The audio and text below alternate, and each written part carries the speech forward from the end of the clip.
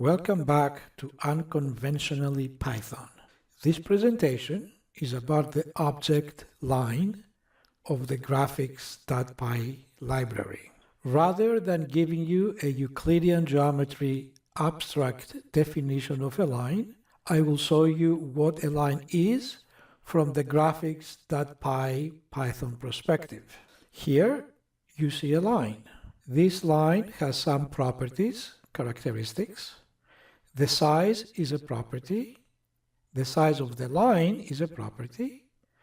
The color, the thickness are also properties, just to mention a few. This is also a line. This is a line as well. This line's color property was set to red from the default color, which is black. There are two important information related to a line: the beginning point and the ending point of the line. And as we know, the points are defined by their x and y coordinates. This is the Python code that generated the lines that we saw before. Let's examine the implications of each Python statement. Line 1 invokes the graphics module that is necessary for implementing the Windows form and other graphical objects. Think of this line as a directive to the computer saying, if you see something and you do not know what it is, check the graphics.py module before you complain. The keywords line, point, etc. are not native words to Python, but they have meaning within the graphics.py library. And that's why we need the line 1. Line 3 informs the Python interpreter that the program begins and then what is the name of the module. In this example is mkline.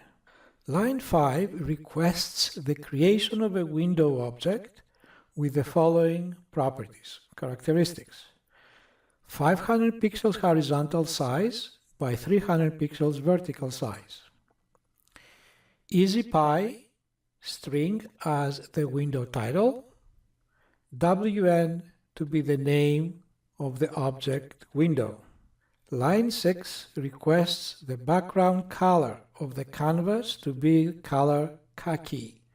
That's the yellowish background.